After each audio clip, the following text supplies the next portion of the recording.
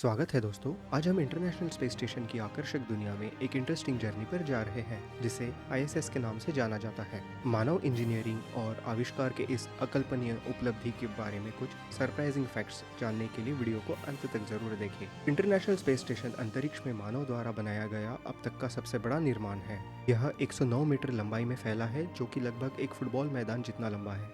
ISS का निर्माण एक अविश्वसनीय इंजीनियरिंग की उपलब्धि है। इसमें कई देशों का सहयोग और कई वर्षों में विभिन्न मॉड्यूल की असेंबली शामिल है। पहला मॉड्यूल जरिया 1998 में रूस द्वारा लॉन्च किया गया था। इसके बाद यूनाइटेड स्टेट्स ऑफ अमेरिका ने यूनिटी मॉड्यूल लॉन्च किया। तब से अतिरिक्त मॉड्यूल और कई घटक जोड़े गए, जिससे यह अंतरिक्ष में सबसे बड़ा आर्टिफिशियल सैटेलाइट बन गया। आईएसएस कई अंतरिक्ष एजेंसियों के सहयोग से बनाया गया है। मुख्य भागीदारों में अमेरिका का नासा, रशिया का Roscosmos, European space agency, Japan aerospace exploration agency और कैनेडियन स्पेस एजेंसी शामिल है।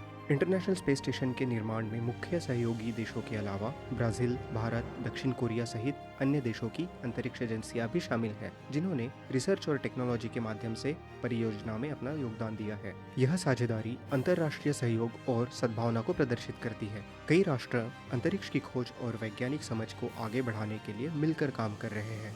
आईएसएस माइक्रोग्रेविटी के वैज्ञानिक प्रयोग करने के लिए एक उपयुक्त प्लेटफॉर्म है। कई विषय जैसे बायोलॉजी, फिजिक्स, एस्ट्रोनॉमी और चिकित्सा सहित विभिन्न क्षेत्रों का अध्ययन करने के लिए दुनिया भर के रिसर्चर इस वातावरण का उपयोग करते हैं। अंतरिक्ष में गुरुत्वाकर्षण की अनुपस्थिति रिसर्च को फेवरेबल एनवायरनमेंट देती है, जो पृथ्वी पर संभव नहीं, या कहे क्रिएट करना पॉसिबल नहीं। नवंबर 2000 के बाद से अंतरिक्ष में तैरती इस प्रयोगशाला में विभिन्न देशों के कई साइंटिस्ट्स और रिसर्चर्स को माइक्रोग्रेविटी में परीक्षण करने के लिए भेजा गया है। यहाँ स्पेस साइंस, टेक्नोलॉजिकल डेवलपमेंट और मानव शरीर पर अंतरिक्ष में रहने के लॉन्ग टर्म इफेक्ट्स के बारे में हमारी समझ को आगे बढ़ाने में बहुत हेल्पफुल रहा है। वर्ष 2000 में पहले चालक दल को इंटरनेशनल स्पेस स्टेशन पर भेजने के बाद से आईएसएस पर निरंतर अंतरिक्ष यात्रियों को भेजा गया है। यहाँ एस्ट्रोनॉट्स स्टेशन पर रिसर्च और एक्सपेरिमेंट्स के साथ साथ स्टेशन का मेंटेनेंस भी करते हैं, जिसके लिए उन्हें इफिशिएंटली ट्रेन किया जाता है। एस्ट्रोनॉट्स कई महीने स्पेस स्टेशन पर शोध कार्य पूरा करने के बाद पृथ्वी पर वापस लौट आते हैं और एस्ट्रोनॉट्स का नया दल आईएसएस की यात्रा पर रवाना किया जाता है। क्या आपने कभी सोचा है कि एस्ट्रोनॉट्स अंतरिक्ष में कैसे रहते हैं? आईएसएस पर रहने का अपना अलग ही अनुभव है। इसमें कई मॉड्यूल्स हैं जो विभिन्न उद्देश्यों की पूर्ति करते हैं, जैसे कि वैज्ञानिकों के रहने के लिए क्वार्टर, रिसर्च लैब, जिम और यहाँ तक कि पृथ्वी के मनोरम दृश्यों का आनंद लेने के लिए एक केबिन भी शामिल है, जिसे कुपोला कहते हैं। अंतरिक्ष यात्री छोटे केबिनों में सोते हैं और अंतरिक्ष के लिए विशेष रूप से पैक किए गए भोजन का सेवन करते हैं। आईएसएस पर एस्ट्रोनॉट्स मेंटेनेंस करने या स्टेशन के बाहर रिपेयर करने के लिए कभी कभी स्पेस वॉक करते हैं, जिसे एक्स्ट्रा व्हीक्यूलर एक्टिविटी या असाधारण गतिविधियां कहते हैं। स्पेस वॉक के दौरान अंतरिक्ष यात्री स्पेस सूट पहनते हैं, जो उन्हें अंतरिक्ष के निर्वात या कहे वैक्यूम और अत्यधिक तापमान से बचाते हैं।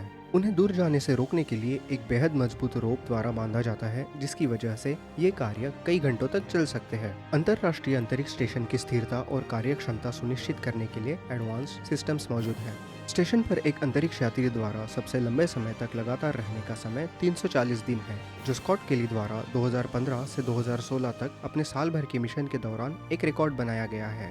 इंटरनेशनल स्पेस स्टेशन लगभग 28,000 किलोमीटर प्रति घंटे की तेज गति से पृथ्वी की परिक्रमा करता है और यह हर 90 मिनट में एक परिक्रमा पूरी करता है।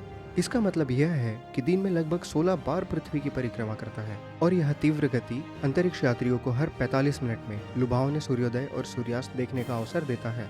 अंतरिक्ष यात्रियों के पास पर्याप्त भोजन, पानी और अन्य आवश्यक आपूर्ति सुनिश्चित करने के लिए आईएसएस को नियमित सप्लाई मिशंस को अंजाम देना होता है। ये मिशन अलग अलग अंतरिक्ष एजेंसियां और निजी कंपनियों द्वारा चलाए जाते हैं। स्पेसएक्स ड्रैगन अंतरिक्ष यान और नॉर्थरोप ग्रूमन सिग्नस अंतरिक्ष यान उन वाहनों के उदाहरण हैं जो स्पेस स्टेशन पर ये डेली नीड्स की सप्लाई करते हैं।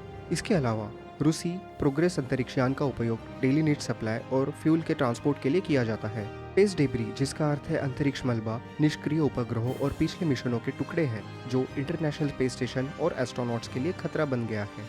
मलबे के साथ संभावित टक्करों से स्पेस स्टेशन को बचाने के लिए आईएसएस में विभिन्न सिस्टम्स इंस्टॉल्ड हैं। साथ ही साथ अंतरिक्ष एजेंसियां आईएसएस और उसके चालक दल की सुरक्षा सुनिश्चित करने के लिए मलबे की निगरानी और उसे ट्रैक भी करते हैं। हाल के वर्षों में निजी कंपनियों ने आईएसएस पर अंतरिक्ष पर्यटन के अनुभवों के लिए योजनाएं विकसित करना शुरू कर दिया है। इन स्पेस मिशंस का उद्देश्य नागरिकों को अंतरिक्ष स्टेशन पर जाने, माइक्रोग्रेविटी में जीवन का अनुभव करने और अंतरिक्ष से पृथ्वी को देखने के अवसर प्रदान करना है। हालांकि यह अभी शुरुआती चरणों में है, ये पहल अंतरिक्ष की खोज में एक नए युग को दर्शाती है। International space station human science, technology और सहयोग की सीमाओं को आगे बढ़ा रहा है। यह यूनिवर्स का पता लगाने और समझने की मानव जाति की सामूहिक महत्वाकांक्षा का एक जीता जागता उदाहरण है। वर्तमान में चल रहे मिशनों और भविष्य के प्रयासों के साथ आईएसएस अंतरिक्ष की खोज को आगे बढ़ाने और पृथ्वी की ऑर्बिट से परे और भी अधिक एम्बिशियस प्रोजेक्ट्स की तैयारी में इम्पोर्टेंट रोल निभा रहा है। विश्व के सबसे महंगे परियोजना आईएसएस को बनाने में अब तक लगभग $100 बिलियन तक खर्च हो चुके हैं। हालांकि यह राशि हर वर्ष के मेंटेनेंस के साथ साथ बढ़ती जाती है।